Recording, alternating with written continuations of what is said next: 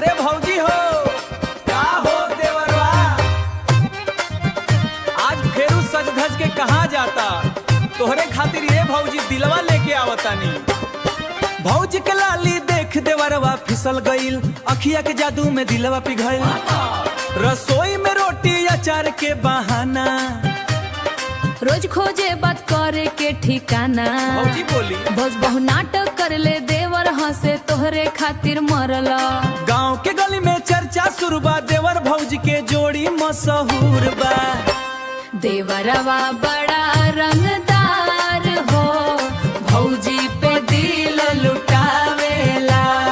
मीठ मीठ बोलिया बोल के रोज हंसा के मन भावेला। अरे हो जब तू हंसेलू झुका के नजरिया, दिलवा उड़ जाला बन के चिड़ैया। सावन के महीना भिंजल अंगनवा, देवरवा गावे प्यार के गवनवा।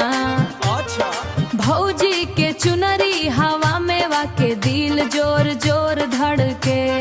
मेले में जाके झूला चाट गोल गप्पा साथे खइबा। अच्छा अरे तोहरे बिना जीवन सुना लागल। भौजी सारा माँ के मुस्की मारल, दिलवा के राज आखिर मानल। देवरवा बड़ा रंगदार हो, भौजी पे दिल लुटावेला।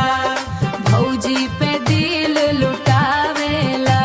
नजरिया से गोली मार के दिन भर पागल बनावेला।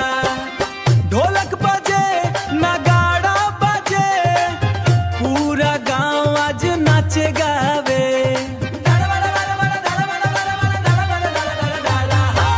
देवर भौजी के नोक झोंक प्यारी लगेला जैसे फिल्मी कहानी।